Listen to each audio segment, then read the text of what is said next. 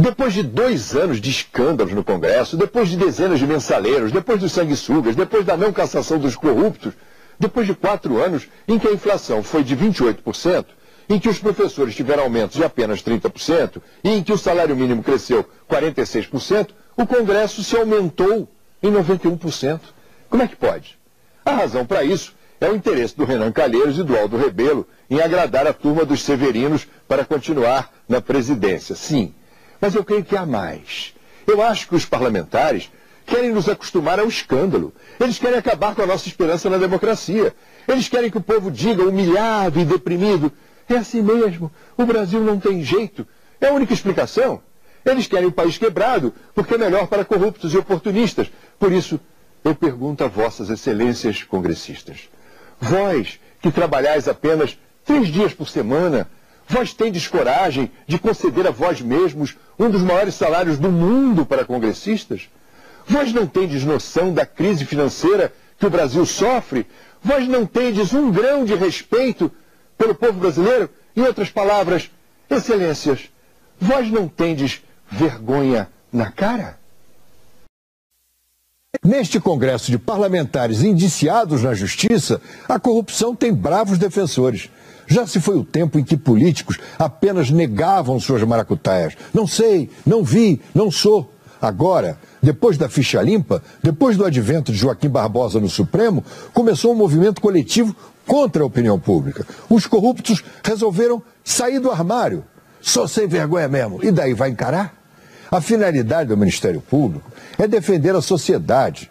E a sua eficiência tem inquietado os caras que lutam para salvar a impunidade, com seus juízes e advogados que só pensam nos buracos da lei, nas chicanas, nos retardamentos. Querem até anular julgamentos que já aconteceram. O caso do Celso Daniel, por exemplo, seria anulado. Ninguém matou o homem, não. Ele se suicidou. Qual será a finalidade desse projeto? Por que tanto zelo dos deputados e senadores? Querem o aperfeiçoamento da lei ou apenas transformar o país num paraíso? Sim, eles sonham com um paraíso sem denúncias, sem mensalão, sem nada. E com o executivo preso em alianças, com o judiciário sem poder, o legislativo reinaria feliz, sem sociedade em volta para atrapalhar. 3 países no mundo não deixam o Ministério Público investigar: Indonésia, Uganda e Quênia. Estaremos em boa companhia. Se o promotor do caso Celso Daniel estiver com a razão, veremos que houve 2 crimes. Um crime dentro de outro crime. Um crime para esconder outro. Se é verdade que o Celso Daniel, como prefeito, aceitava o desvio de dinheiro público para financiar a campanha do PT, isso já seria um crime. Mas para muitos seria um crime perdoável, pois roubavam por um objetivo revolucionário, a vitória sagrada dos trabalhadores. Mas, segundo o promotor, Celso Daniel teria interrompido o esquema porque a quadrilha estava roubando o roubo, traindo a revolução. E aí foi assassinado pelos assassinos, que pouco ligavam para o sonho de um socialismo capenga e só queriam a bufunfa. E mais, esses 2 crimes existem dentro de um outro absurdo, quase um crime de lesa-pátria, a demora de mais de 10 anos para esse julgamento. E mais um, como é que o suposto mandante, o Sombra, está na sombra a ser julgado separadamente? Há algum lobby para esse privilégio? E por fim, se fosse crime de assaltantes de estrada, havia motivo para 7 pessoas que viram indícios da morte do prefeito serem assassinadas em fila, 7 em 2 anos, do garçom que serviu o Celso até o legista que examinou o corpo? Amigos ouvintes, já imaginaram ladrões com boas razões? Por exemplo, o sujeito rouba uma galinha, mas se você for reclamar, o ladrão te critica. Eu roubei essa galinha por boas razões. Temos de salvar o galinheiro, porque o galinheiro tem de ser de esquerda, um galinheiro do PT, não pode ser um galinheiro burguês de direita. É assim que se justificaram todos os delitos políticos de muitos petistas e aliados em geral, como o mais recente, denunciado ontem com provas gravadas pela revista Veja. As gravações são impressionantes não só pela falta de vergonha, como pela falta de competência até para praticar malfeitos, como se diz hoje. Nesses 9 anos de populismo escancarado, os fundamentalistas do PT repetidamente recorreram à falsificação de assinaturas, fraudes de documentos, tudo para atrapalhar, por exemplo, as investigações do Mensalão, forjando roubo de opositores. Foram feitas também fraudes para enganar o Supremo Tribunal Federal, para impedir a vitória de adversários em eleições, como no caso dos aloprados contra o Zé Serra. Ficou provado, agora, nesse escândalo mais recente, que contrataram estelionatário conhecido para forjar documentos contra opositores. Tudo mal feito, tudo troncho, até uma certa ofensa à inteligência da imprensa e da polícia. E a razão dessa farsa é que eles se acham acima de nós. Eles acham que podem cometer qualquer crime político porque são seres superiores, que pensam no futuro de uma ridícula e imaginária revolução para o bem do povo. Olha, vale a pena conferir na revista Veja. Mas não é só isso. A corrupção e escândalos viraram uma catástrofe nacional. Uns países têm terremotos, outros têm vulcões.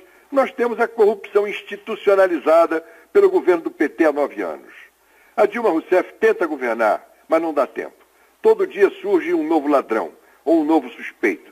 Temos suspeitas no Ministério das Cidades, temos suspeitas com Fernando Pimentel, ministro da Indústria e Comércio, e para completar, vimos há poucos dias a cena explícita daquele sujeito, João Dias, um PM que denunciou o governador de Brasília, Agnello Queiroz, um PM que invadiu o Palácio Buriti no peito, foi ao gabinete do governador, encheu de porrada os assessores e jogou um saco de gorjetas de R$160 mil de volta na mesa do principal secretário, Paulo Tadeu, e berrou, entre tapas e pontapés: tentaram me dar essa grana para eu não denunciar o governador.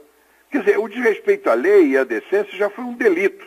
Depois de algum tempo já virou quase que um direito. O próprio governador Agnello Queiroz, quando foi denunciado por um ex-funcionário, investigado pelo Ministério Público, defendeu-se, sabem como? Demitiu a polícia. Isso, mandou para casa 67 agentes. A situação está espantosa, virou para um lado, tem um escândalo. Quando se resolve um, surge outro. Sem contar o fato de que não adianta demitir ministros, porque outros que ocupam o cargo continuam com a mesma estrutura intacta para continuar a viagem através da lama. O que vai ser desse país? Tudo está virando mais do que um caso de polícia. Está virando um caso de saúde pública, uma doença, uma epidemia brutal que paralisa o Brasil. Talvez nossa política tenha virado um caso até além da saúde pública. Talvez seja de saneamento básico, de águas e esgotos.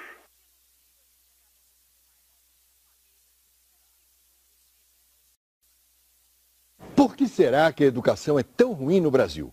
Foi um desastre? Foi um erro dos governos passados? Foi o quê? Foi um desejo. Isso, a educação aleijada do Brasil sempre foi um desejo desde a colônia, porque a coroa portuguesa não queria que crescêssemos intelectualmente. Era perigoso.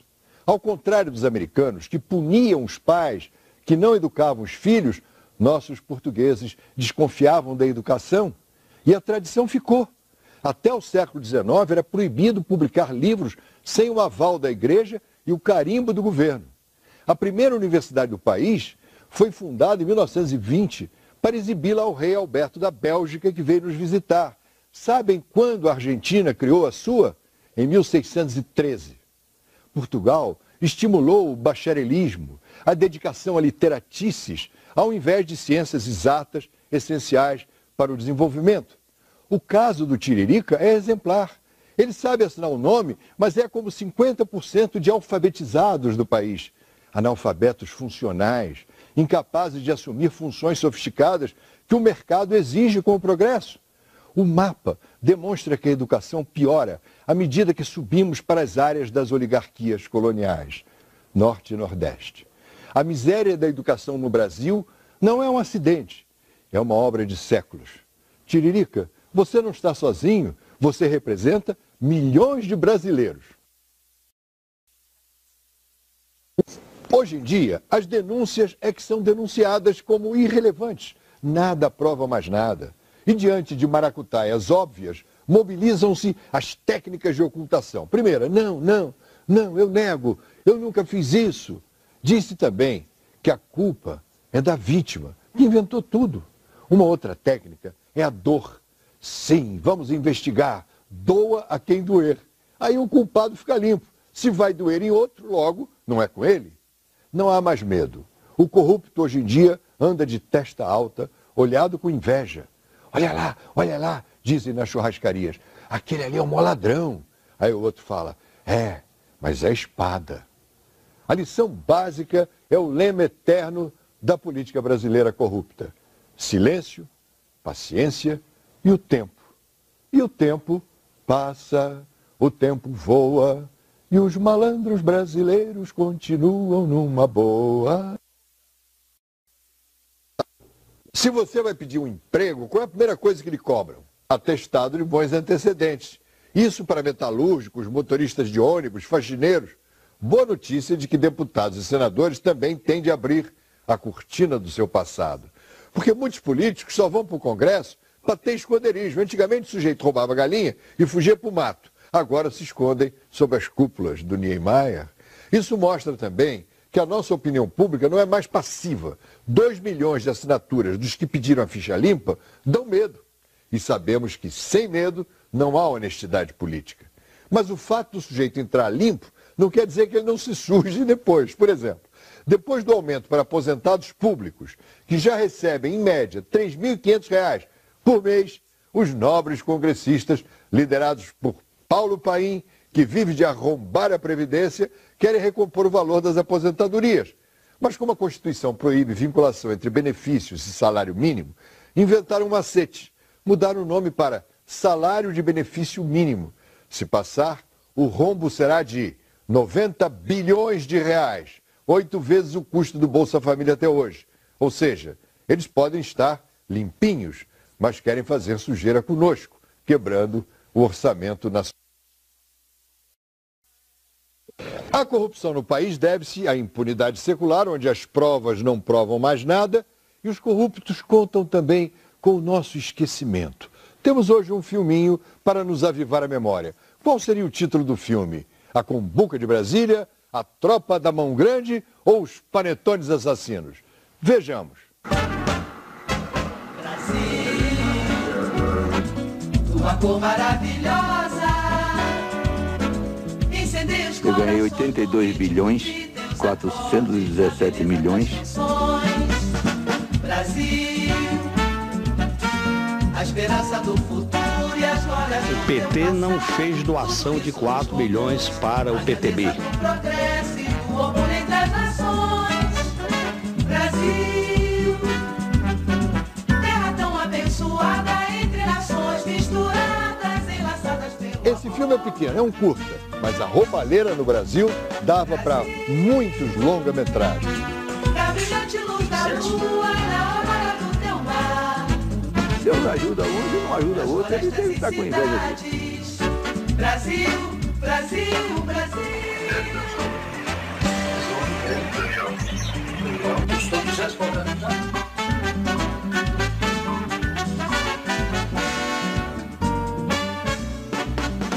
Brasil,